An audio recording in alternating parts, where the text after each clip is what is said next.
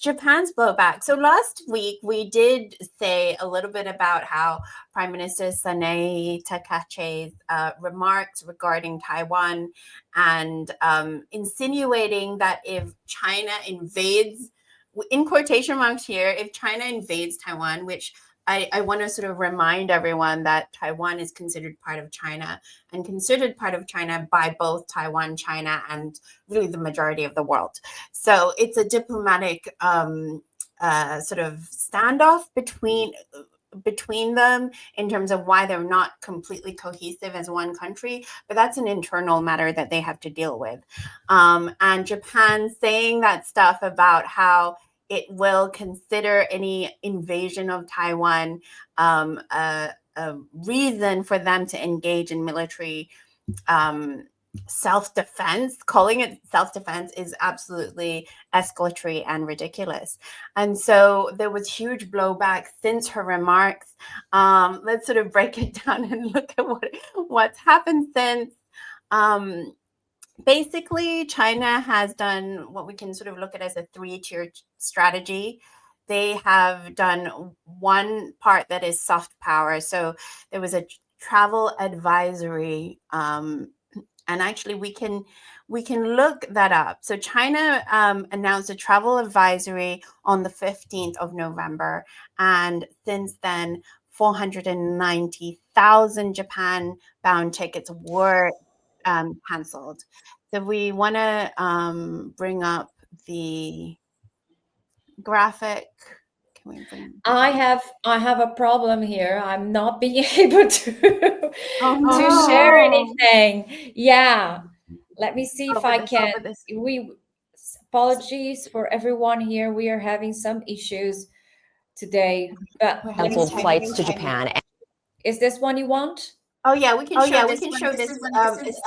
CNN. And Japanese hotels have reported last-minute changes. Why is this happening? Because China's warning its citizens against traveling here after Japan's prime minister made comments that a Chinese attack on Taiwan could prompt a Japanese military response. A travel warning is a big deal because far more Chinese tourists come to Japan every year than visitors from any other country. I think Japan is safe. It's not about it's safe or not. It's about that you've been very unkind to China. And during these days of touring in Japan, we kind of aware that some Japanese are not very kind to us. 来てくださいとかじゃなくて、日本はいつでもね、なんかウェルカムでしょ。で、それはなんか。In the first 9 months of the year, nearly 7.5 million travelers from China made the trip to Japan. In that time, Chinese tourists spent about 1.6 trillion yen, or $10.3 billion. So if Chinese visitors do decide to go elsewhere, Japan's tourism industry could find itself severely short of change. Yeah, so it's like a diplomatic crisis, isn't it? Yeah, it's a big diplomatic crisis. So essentially, but it's also an economic one. So there are a few things to consider here. I mean, obviously, as they were saying earlier, and I don't know what's wrong with my screen. I'll just take that off since it's so hard to see. That basically travel is down. And the response has been major Chinese carriers have offered full refunds and free changes for Japan flights through the year end. So we can imagine it's going to continue to go down. And also the other soft power move that China did was postpone or maybe ban the release of several Japanese films. Like we have to think that China is the second biggest movie going audience in the world. The US is probably still number one. So it's that was the soft power that they've done. Of course, there's also the hard power signaling. I wouldn't say hard power necessarily, but naval patrols around the area. I think we had something for that. The China coast. I'm unable to share. I was just trying to share this one. Ileana, I don't know why I'm having here issues. You'll have to deal with that. And I'm like the worst at this stuff, so bear with us. But yes, the China Coast Guard ship formation sails through the Japan administered Senkaku islands. So it's sort of they've deployed some naval patrols in the East China Sea, and that's sort of like a warning, right? The first warning thing. And then the third thing is diplomatic isolation. And I think this is what you were sort of talking about earlier, this thing of it being an absolute diplomatic, from one remark from the prime minister, it has caused this huge storm of repercussions. And this is China banning seafood. I think this just happened yesterday. They actually announced a new suspension of all Japanese seafood imports. Now, actually, this ban of seafood from Japan, there was a blanket ban in 2023 because of the Fukushima nuclear plant, the radioactive waste, remember? So that was only being lifted partially in mid 2025. So middle of this year, they started to partially lift that ban. And then a few weeks ago, Xi Jinping and the Prime Minister of Japan, Sanae Takaichi, they had a diplomatic meeting where the ban was lifted. So now it's going back into effect. So this is pretty bad for Japan because China is Japan's largest trading partner by far. And when I mean largest trading partner, I mean bilateral trade between the two countries, because that one hits $308 billion last year, even with the ban in place. So lifting that ban in the middle of this year would have greatly increased that number. And now the ban has gone back in place. Just to give a perspective, US is the number 2 bilateral trade partner, and that's at $230 billion. So that's like almost $100 billion less than China.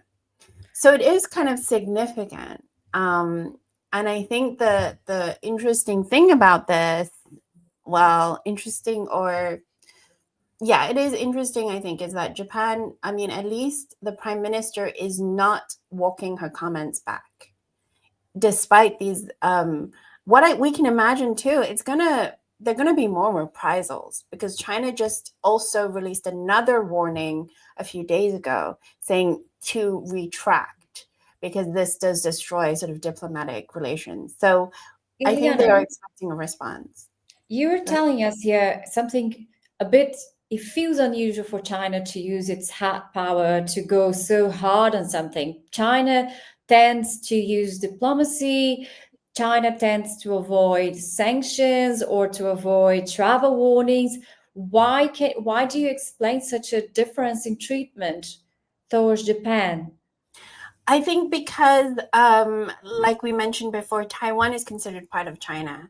So whenever there is a direct attack or even here, a diplomatic attack against China itself, then it has the right of, obviously it has the right to defend itself. Not like Israel has a right to defend itself, but it feels very much strongly that it needs to protect its interests and defend itself.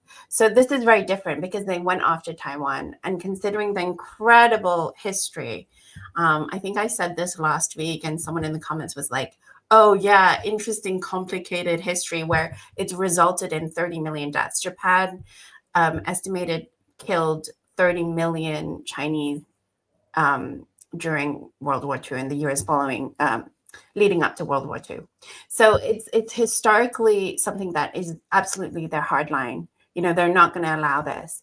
Now, however, are there any dissenting, calm, cool heads in Japan? That's what I was going to ask, because it seems so unpragmatic of Takaichi not to step back. It seems she'll have economic loss. What I understand from you is she's basically in subtle lines doing a declaration of war towards China, and China is understanding it as such. What are the risks? Exactly. It's absolutely kind of crazy to me, but we'll look at, I think, why Japan is not is not stepping back. But here, let's just look at this video that I found here. If I could only figure out how to do this. You But just need basically, to. is You that have okay? 悪化させてしまっている状態、これを解決する上での不可欠、Okay, もう sorry. これしか So ないで this しょうと、 is one 撤 of the 回し few か道はないで dissenting すよ voices in とい Japan うことを含め calling て、 for 求めてい Prime るところ Minister です。 Takaichi 日 to 本政府は retract 撤 her 回しないというふうに statements. 明確に言っています。当初から And 撤 of 回 course, を it is from the 求めてい Japanese ます。 Communist 今も、 Party. 繰り返し So- 新 You may need to take the 日 sound off. 関係をcan you 悪 hear 化 the させて sound? しまっている状 I 態 don't I'm know. hearing you. という上での The 不 sound 可 is 欠、 not working. Can も you う hear これ me しか though? ないでしょうと、撤 No, the 回し sound is working. ということを含めて、 Oh, 求めていると okay, ころ that's weird. です。日本政府は撤回しないというふうに、 Okay, so I should stop this then, because I can't hear the sound. So I think. I can hear All it. right, Yeah. so that was the Japanese Communist Party, and just to put sort of like an understanding of what the Japanese Communist Party is in terms of the overall political picture in Japan, it is only about the 7th biggest political party. It only has around 6.8% of the national vote, so it's quite small. It only has, and it secured 7 seats in the parliament in the last elections, which was in July of this year. So it's a minor opposition party, but it's like the only party that I could find that really is having a strong statement. I'm hoping there are other parties that have spoken up, or other people in Japan that have spoken up, but I just haven't found it. So if you know any of those in the comments, please tell us. Just to finish off the Japan thing, I would just want Yeah. to say quite quickly, that Japan is not backtracking, or at least Takaichi is not backtracking. And one of the maybe indications for why is, if we can look up here, that the US has approved a $700 million air defense sale to Taiwan this week. So that is, let me just share this rather than just reading from it and not sure. So that is kind of an indication of where they're going with this. And we kind of can see that Taiwan is really shaping up to be another flashpoint, or rather the main flashpoint at the moment to escalate for war against China, which, as we said, a lot of think tanks from the US is looking at 2027 as the war against China year. And that means proxy wars. That doesn't just mean that the US is just going to invade China. It means proxy wars, and they're hoping to get that done. Their deadline, I guess, for feasibility is 2027. So the fact that the US is approving a $700 million air defense sale to Taiwan is a significant escalation on that. Wow. And so, so I guess we can bring on It's Amara. very interesting, Ileana, because they approved a 700 million in air defense sale to Taiwan. Why, while Trump is saying he's the peacemaker, president of the United States, and at the same time, if you break a leg in the United States, you can't go to public health. There is no public health system. They don't have money, allegedly, for the public health system. They don't have money for schools. They don't have money for anything, but they have money to expand, to kill, to militarize the world, to create the world a worse place. Because, Ileana, guns, even if you don't use them, they have a threatening power. They have a power to unleash paranoia, to unleash insecurity. And you're taking money from other places that are crucial for our daily life: food, education, health, basic human rights. The USA loves to prophesize their commitment to democracy. But what is a democracy if people have no rights within their own country? If they don't have a right to a good education, they don't have right to health, they don't have right to live. The crisis, the mortgage crisis, the speculation, the homelessness rising up in the US. What a contradiction. The 700 million means much more than just a threat to China. It means a threat to the American people. Yeah, that's really true. I hope that people understand that there's a direct correlation between the foreign policy of the US, which most Americans, or I've been told not to say Americans, but most US public, generally, there's sort of like a saying in the US, or this understanding in the US, that most US people don't really care about foreign policy, but it's directly connected to the domestic policy. So I just hope that more people will actually understand that.